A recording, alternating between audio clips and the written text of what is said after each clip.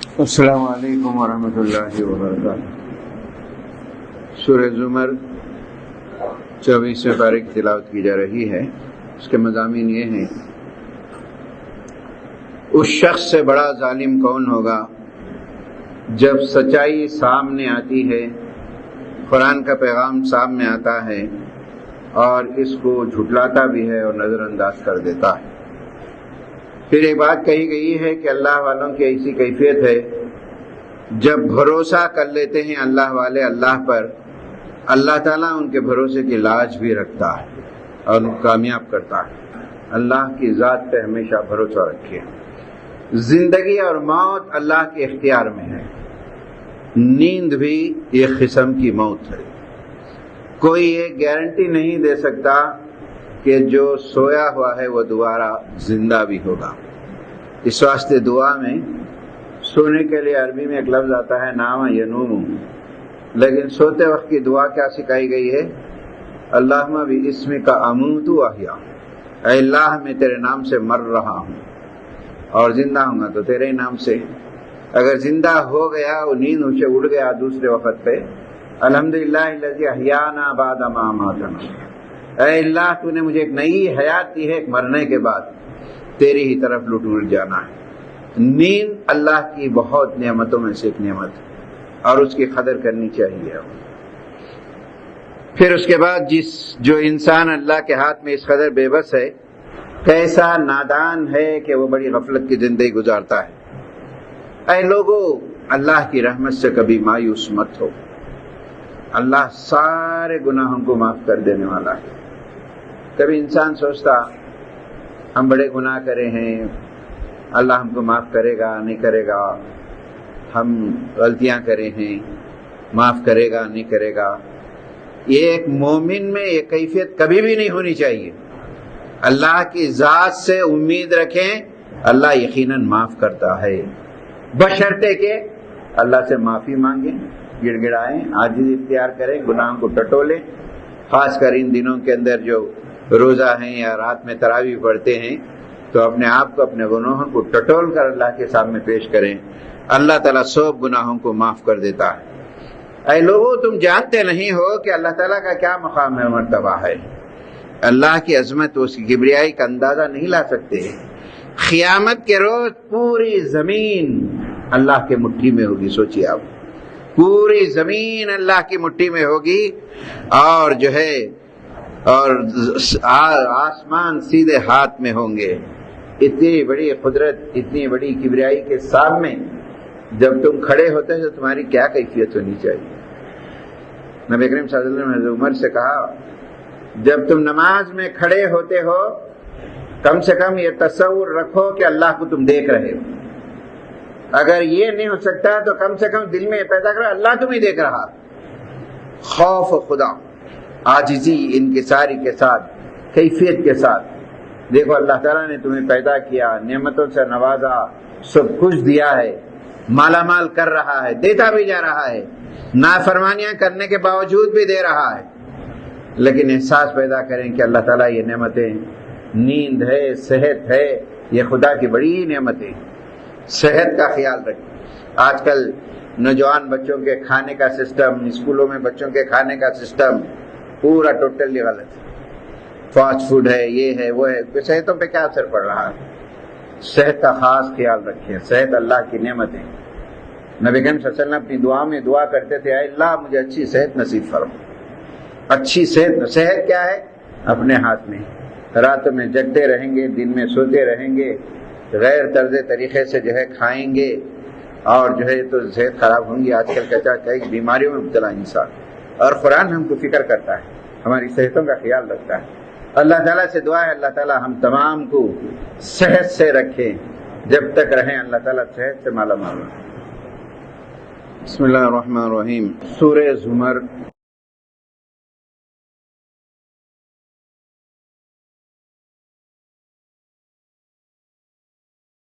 زمر کے معنی گروپ کے آتے ہیں، فوج در فوج۔ اس میں ایمانی کیفیتوں کا ذکر آیا، پھر اللہ کی رحمت سے مایوس مت ہو آیا، پھر یہ بھی کہا کہ جو ہے خدا کی قدرت اتنی اہم ہے، نعمتوں سے تمہیں مالا مال کیا ہے، پھر بھی اگر انسان بیدار نہ ہو، غفلت کی زندگی گزارا، اس کا انجام کیا ہونے والا ہے قیامت کے دن۔ اس میں دو گروہ کا ذکر آیا ہے، ایک جہنمیوں کا ہے، ایک جنتیوں کا ہے، دونوں کی کیفیتیں اور سوال جواب بھی ہے۔ قیامت کے دن جو لوگ دنیا میں اللہ کے پیغام کو نہ مانے، بڑی غفلت کیے، لاپرواہیاں کیے، سن کر انسنی کر دیے اور دین کے بارے میں دلچسپیاں بھی نہیں لیے، غفلت کی زندگی رہی، انکار کیے، مذاق اڑائے دین کے باتوں کرنے والوں کا، قیامت کے دن گروہ کے گروہ جہنم کی طرف لایا جائے گا۔ اللہ چاہے تو ایسی ہی ان کی کرتوتوں پہ ڈھکل دے سکتا ہے، لیکن اللہ تعالیٰ جہنم کے داروغہ کے ذریعے سے سوال کرے گا، جتنے گروپ جہنم کے گڑھے کے طرف کھڑے ہیں ان سے، کیا کبھی تم نے زندگی میں قرآن سنا؟ کیا کبھی نصیحت کی؟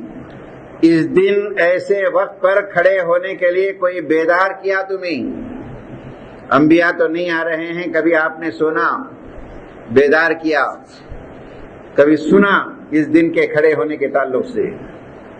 سوال جواب ہوگا، وہ کہیں گے ہم نے غلطی کی، لاپرواہی کی، اب اس غلطی کے نتیجہ یہ ہے کہ تم پر عذاب ثابت ہو گیا، اور یہ بولتے رہیں گے۔ اللہ تعالیٰ کی طرف سے فرشتے کہیں گے دوری ہو جاؤ، تم نے پیغام کو انکار کیا گھمنڈ اور تکبر کی وجہ سے، اور اس کا انجام یہ ہے کہ متکبرین کو جو اللہ تعالیٰ اسی سزا دینے والا ہے۔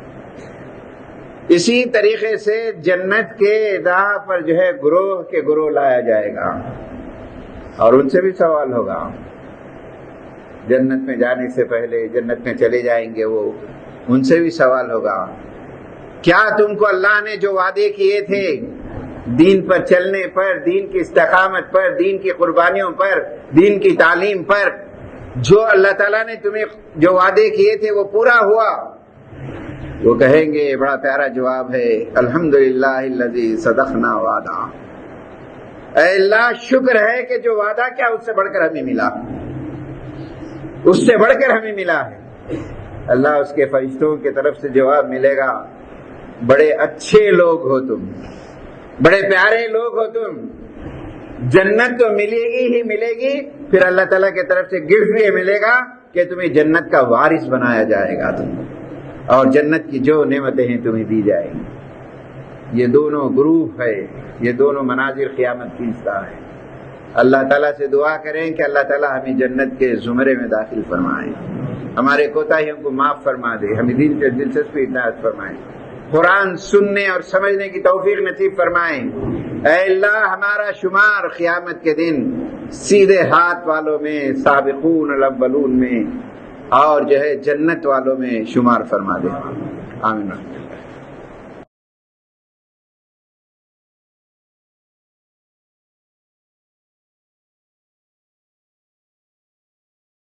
حضرات ایک دعا پڑھیے، نستغفر اللہ من کل ذنب ونتوب الیہ، نستغفر اللہ من کل ذنب ونتوب الیہ۔ یہ دعا کیا ہے؟ دوسرا دہا بھی اختتام کو پہنچ گیا ہے، ہم جائزہ لیں کتنے مرتبہ اپنی افطاری میں، اپنے تہجدوں میں، فرائض کے بعد کتنے مرتبے ہم نے استغفار پڑھا ہے، کتنے بار گناہوں کو ٹٹول کے اللہ کے سامنے پیش کیا، اور اللہ تعالیٰ تیار ہے تمہارے سارے گناہوں کو معاف کرنے کے لیے۔ اللہ تعالیٰ تو کہتے ہیں کہ اگر تم دن بھر میں 100 مرتبہ توبہ مانگو، 100 مرتبہ میں تمہاری توبہ کو قبول کرنے کے لیے تیار ہوں۔ اب جائزہ لیں ہم دن بھر میں کتنے مرتبہ توبہ پڑھی، توبہ کی ہے۔ سورہ مومن، اور اس کو سورہ غافر بھی کہتے ہیں، اس کی ابتدائی آیتیں کیا ہیں؟ اللہ بہت زبردست ہے، بہت کچھ جانتا ہے، بہت گناہوں کو معاف کرنے والا ہے، بہت توبہ قبول کرنے والا ہے، سخت سزا دینے والا ہے۔ اے مسلمانوں ذرا سوچو، اے میری ماں بہنوں سوچو، اپنی توبہ کتنی بار کی، توبہ کی کیا کیفیت رہی ہے ہماری؟ گناہوں پہ شرمندگی، فرائض کی پابندی، حقوق کی ادائیگی، یہ تمام چیزیں کرتے ہوئے توبہ اگر کرتے ہیں تو ساری ہماری توبہ قبول ہو جائے گی۔ اور کبھی یہ مایوس مت ہو کہ ہمارے گناہ معاف نہیں ہوں گے۔ اللہ تعالیٰ ہر ایک کے گناہوں کو معاف کرنے کے لیے تیار، ہر ایک کے گناہ کو معاف کرنے کے لیے تیار۔ حضرت عمر کے زمانے میں ایک دیہاتی تھا، حضرت عمر کو ترکاری وغیرہ لا کے دیتا تھا، چند دن ہو کے وہ آنا چھوڑ دیا، غائب ہو گیا۔ حضرت عمر کو بڑی فکر ہوئی، پوچھا کہ بھئی وہ دیہاتی کیوں نہیں آ رہا ہے، ترکاریاں نہیں لا رہا، کیا بات ہے؟ اے امیر المومنین، اس کے تعلق سے آپ پوچھ رہے ہیں؟ وہ شراب کے نشے میں مست ہو گیا ہے، شراب پی کے رہتا ہے۔ حضرت عمر نے کیا کہا؟ ایک چٹھی لکھی، یہ آیتیں لکھے، بہت معاف کرنے والا ہے، بڑی بڑی غلطیوں کو معاف کرنے والا ہے، جاؤ اس کو دیو دے۔ قاصد گیا اور سلام کہا کہ امیر المومنین نے بھیجا ہے۔ پریشان ہو گیا، امیر المومنین نے مجھے میں گناہگار کے سیاکار کو بھیجے۔ آپ نے فرمایا کہ اس آیت کو پڑھو۔ وہ پڑھتا گیا، روتے گیا، کیا اتنے بڑے گناہوں کو اللہ تعالیٰ معاف کر دے گا؟ میں تو بہت بڑا گنہگار، کیا مجھے بھی معاف کر دے گا اللہ تعالیٰ؟ پڑھتا گیا، روتے گیا، پھر اللہ کے دربار میں گڑ گڑا کے کہا، اے اللہ میں آج سے توبہ کرتا ہوں، میں کوئی گناہ نہیں کروں گا۔ پھر نیک بن گیا، وہ اچھا بن گیا، خدا ترس بن گیا۔ حضرت عمر کو اطلاع ہوئی، ایک آیت نے اس کی دنیا کو پلٹ دیا ہے۔ حضرت عمر نے کہا، لوگوں کو ان کے گناہوں سے مت ڈراؤ، اللہ کی رحمت سے وابستہ کرو۔ دیکھو یہ گناہ چھوڑ دیں گے تو تمہیں کیا ملنے والا ہے، یہ غلطیاں چھوڑ دیں گے تمہارے کیا ملنے والا ہے، یہ وابستہ دلاؤ۔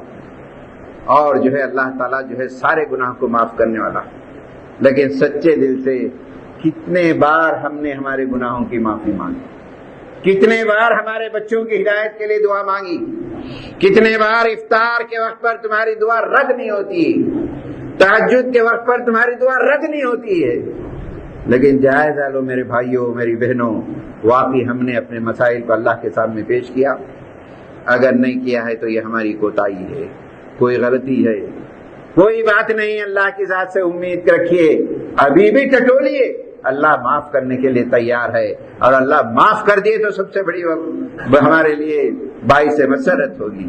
میں اللہ تعالیٰ سے دعا کرتا ہوں، اللہ تعالیٰ یہاں سے اٹھنے سے پہلے ہمارے سارے گناہوں کو معاف فرما دے، یہاں سے اٹھنے سے پہلے توبہ کی توفیق نصیب فرما دے، یہاں سے اٹھنے سے پہلے ہماری زندگی میں وہ انقلاب لا جو تجھے پسند آئے، مرتے دم تک وہ زندگی ہمیں گزارنے کی توفیق نصیب فرما۔ آمین۔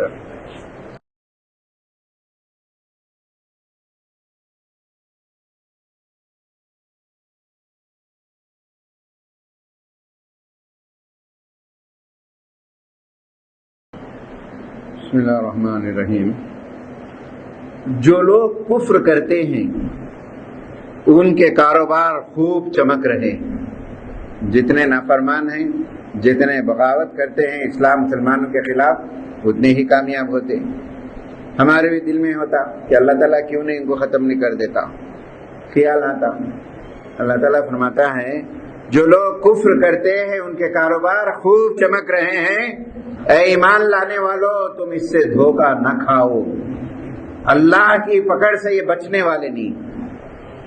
کفار قیامت کے دن کو دیکھیں گے تو کہنے لگیں گے، اس وقت فرشتے پکار کے کہیں گے، آج تم کو کتنا غصہ آ رہا ہے عذاب کو دیکھ کر، سختیوں کو دیکھ کر۔ اللہ کا غصہ اس سے زیادہ سخت تھا جب تم کو دین کی طرف بلایا جاتا تھا تو نہیں آتے تھے، سننے کے لیے کہا جاتا تھا تو لاپرواہیاں کرتے تھے، اور جو لوگ دعوت کا انکار کریں گے وہ قوموں کو جڑوں سے پھینک دیا جائے گا۔ حضرات، ہر زمانے میں بلکہ ہر گھر کے اندر، ہر محلے کے اندر سارے لوگ برے نہیں ہوتے، سارے لوگ برے نہیں ہوتے۔ اللہ تعالیٰ کسی ایک کو سنجیدہ بناتا ہے، اسے فکر ہوتی ہے، برائیوں کو نفرت کرتا ہے، تبھی تو گھر چلتا ہے، تبھی تو گھر جو خاندان چلتے ہیں، یہ ملک کا نظام چلتا ہے، پورے کے پورے برے نہیں ہوتے، یاد رکھیں۔ فرعون نے اپنے وقت پر اتنا ظلم کیا کہ لڑکوں کو قتل کیا، این آر سی کرایا انہیں مسلمانوں کے خلاف، این آر سی آج نیا نہیں ہے، پہلے سے بھی ہے مسلمانوں کے خلاف، انہیں بھی کیا، لیکن اس کے دربار میں ایک فیصلہ ہوا، صبح کے نکلنے کے بعد، سورج کے نکلنے کے بعد موسیٰ کو قتل کیا جائے گا۔ اس پارلیمنٹ میں فیصلہ ہوا۔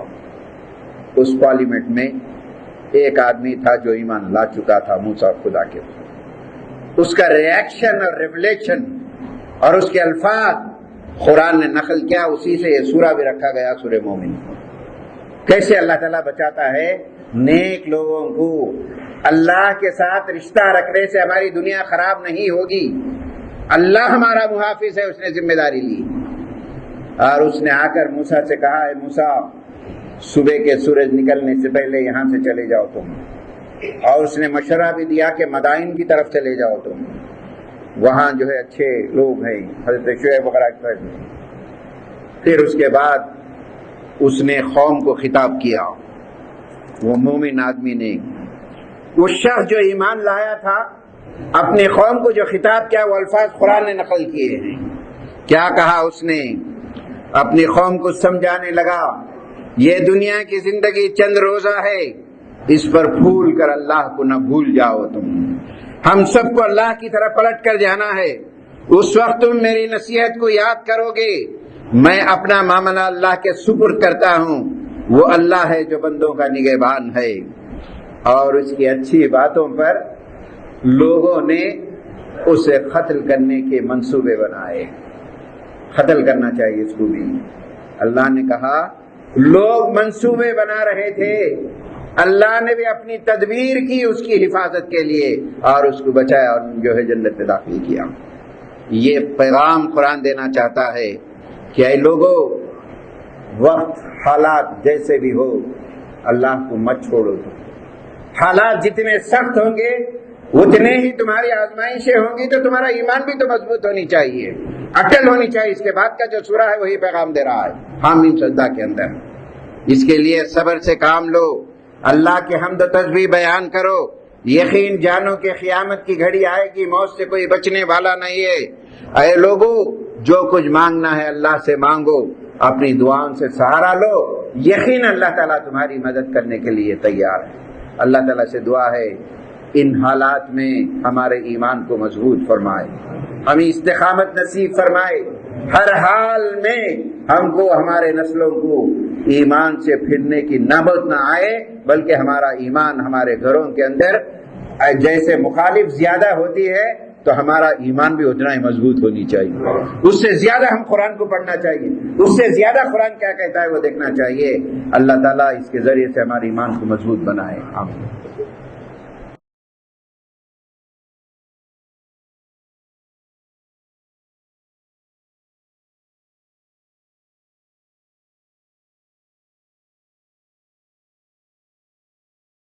حضرات، حامیم سجدہ کی تلاوت کی گئی، اس کے مضامین بڑے اہم ہیں، اور سے سنیے۔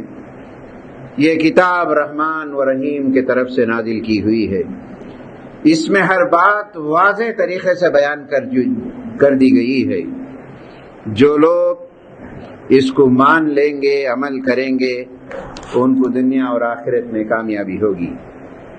اے لوگوں، اپنے اللہ کی نافرمانی سے بچو، ذرا غور کرو، وہ اللہ نے جو زمین و آسمان کو صرف 6 دنوں کے اندر پیدا کیا ہے، یہ سب کچھ ایک زبردست علیم ہستی کے منصوبے کے تحت چل رہا ہے۔ قیامت کے دن انسان کے کان، آنکھ اور جسم کا ہر حصہ گواہی دے گا کہ وہ دنیا میں کیا کر رہا تھا۔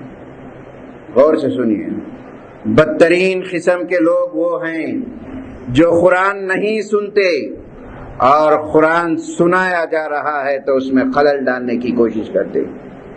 کبھی آیتیں پڑھتے ہو بڑا ڈر لگتا ہے، بہت ڈر لگتا ہے، ہمارے حالات کو دیکھ کر ڈر لگتا ہے۔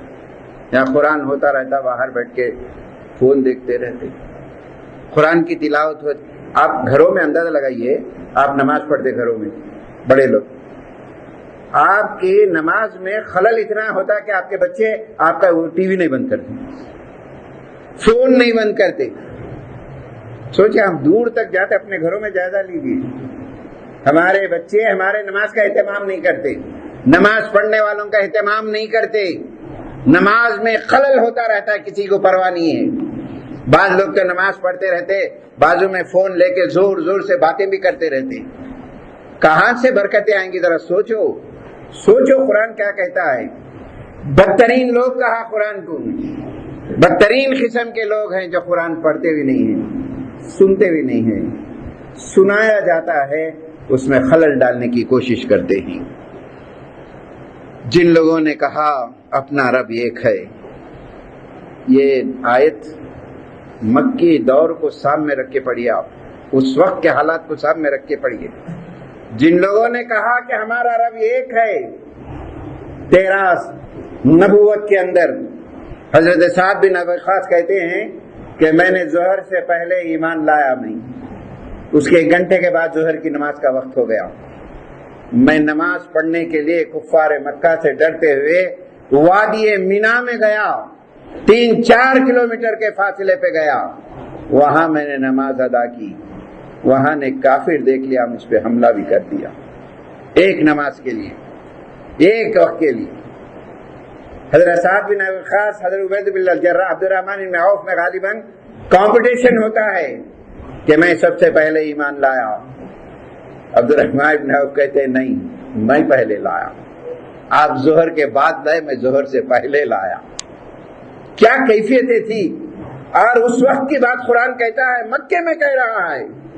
جن لوگوں نے کہا ہمارا پروردگار ایک ہے، اس پر جمے بھی رہے، کوئی طاقت کوئی لالچ ان کو ہٹا نہیں پائی. قرآن نے کہا تتنزل علیہم الملائکہ، فرشتے ان پر اترتے ہیں اور فرشتے کہتے ہیں نہ ڈرو نہ غم کرو. یہ 2 لفظ قرآن استعمال کرتا ہے اکثر، ڈر اور غم کیوں کہ استعمال کیا ہے. جو لوگ ایمان لاتے ہیں دنیا کی کوئی طاقت سے ان کو ڈر نہیں ہونی چاہیے، اور قیامت کے دن اللہ کے پاس جائے تو ان کو کوئی غم بھی نہیں ہونی چاہیے کہ وہ لوگ کامیاب ہو کے جا رہے ہیں. ڈر اور غم یہ 2 لفظ کی معنی جو ہے وہ کامیاب ہوتے ہیں اور آ کے کہتے ہیں مددگار ہیں تمہارے لیے. عبداللہ بن حذیفہ جب اسلام لائے، زیادہ ٹائم نہیں لوں گا، وقت ختم کروں گا، اسلام لائے، بڑی طاقت تھی وہ. عیسائی بادشاہ نے کہا پکڑ کے لاؤ، ان کو گرفتار کر کے لائے. ان سے کہا عبداللہ بن حذیفہ میں اپنی سلطنت کا آدھا حصہ تمہارے حوالے کر دوں گا، آدھا حصہ میں تمہارے حوالے کر دوں گا، لیکن جس رسول پہ تم ایمان لائے ہو ذرا چھوڑ دو. انہوں نے کہا نہیں ہو سکتا ہے. پھر اس نے کہا میں پوری سلطنت تمہارے حوالے کر دے رہا ہوں، اب تو چھوڑ دو تم. انہوں نے کہا میری آنکھ کے پلک جھپکنے کے برابر بھی میں میرے رسول کی نافرمانی نہیں کروں گا. تم ایسے ہو، تم کو ماننا پڑے گا میری بات. سزا تعین ہوئی، سولی پہ چڑھا دو ان کو. نیچے سے کھولتا ہوا تیل گرم کرو، نیچے سے کھولتا ہوا تیل اور سولی پہ چڑھا دیا گیا. اب مطالبہ کہ عبداللہ بن حذیفہ آپ مان جاؤ. عبداللہ بن حذیفہ مانتے تو نہیں ہیں، آپ کے آنکھوں میں آنسو نکل آتے ہیں، رونے لگتے ہیں. بادشاہ کہتا ہے خوش ہو گیا، میری سزا کو دیکھ کر ڈرنے لگا اور آنکھوں سے آنسو بھی نکل رہے. عبداللہ بن حذیفہ نے اس کا جواب سن کر کیا کہا، آج ہم کیا کہہ رہے ہیں اسلام کے لیے، ہمارا معاملہ کیا ہے سوچو آپ، اور قرآن کیا پیغام دیتا ہے. عبداللہ بن حذیفہ نے کہا اے بادشاہ میں تیری سزا سے نہیں ڈر رہا ہوں، میں اس واسطے رو رہا ہوں اللہ نے میرے جسم میں ایک جان دی ہے، اے کاش میرے جسم کے ہر حصے میں ایک جان دیتی، آج میں اس جان کو قربان کرنے کے لیے تیار ہوتا. اور قرآن کہتا ہے ان الذین قالوا ربنا اللہ ثم استقاموا تتنزل علیہم الملائکہ اللہ تخافوا ولا تحزنوا وابشروا بالجنہ. یہ دین کیا ہے میرے دوستو؟ یہ دین ایسی مذاق ہے، وقت ہے، کیفیتیں نہیں ہمارے اندر. اور قرآن کہتا ہے کہ دیکھو تمہارے لیے انعامات ہیں، ہم فکر مت کرو، ہم ہیں تمہارے ساتھ، تمہیں دولت کے چلے جانے کا ڈر ہے، تمہیں ظالموں کا ڈر ہے، اور پیسے چلے جائیں گے ڈر ہے، کاروبار چلے جائیں گے ڈر ہو۔ یاد رکھو تم اللہ کے ہو جاؤ، اللہ تمہارے کاروبار کی حفاظت کرے گا، تمہاری عزت دے گا، تم کبھی ناکام نہیں ہوگے، یہ اللہ کی گارنٹی ہے۔ یہ پیغام قرآن دیتا ہے، یہ پیغام کو لے کر اٹھے، آج نہیں، رمضان میں نہیں، زندگی بھر لے کے اٹھیں، ایسی نسلوں کو تیار کریں۔ آپ کے گودوں سے جو نسلیں تیار ہوتی ہیں صلاح الدین ایوبی جیسے ہو، ایسے لوگوں کو تیار کریں ہم، یہ آپ کی ذمہ داری ہے۔ کیوں نہیں تیار ہو سکتے بتائیے؟ کبھی ہم نے کوششیں نہیں کی ہیں اس کے لیے۔ میری اللہ سے دعا ہے، اے اللہ ہمارے نسلوں کو ایماندار بنا، مصیبت کے حالات میں ہم استقامت نصیب فرما، اے دلوں کے پھیرنے والے ہمارے دلوں کو تیری اطاعت اور فرمان برداری کی طرف پھیر دے۔ اے اللہ ان پرفتن حالات میں دشمن ہماری مختلف قسم کے سازشیں کرتے ہیں، کسی بھی وقت پر کسی لمحے ہمیں ہمارے ایمان سے نہ ہٹاؤ، ہمیں استقامت نصیب فرما، ہمیں دنیا اور آخرت کی کامیابیوں سے مالا مال فرما، ہماری توبہ کو قبول فرما، انتہا میں ہم سب کی مغفرت فرما۔ اے اللہ بڑی دور سے بچے بھی، عورتیں بھی، بوڑھے بھی اے اللہ اس واسطے آئے ہیں، تیری امید رکھتے ہیں تو معاف کر دینے والا ہے۔ اے اللہ یہاں سے اٹھنے سے پہلے ہمارے گناہوں کو تو معاف فرما دے۔ آمین و الحمدللہ۔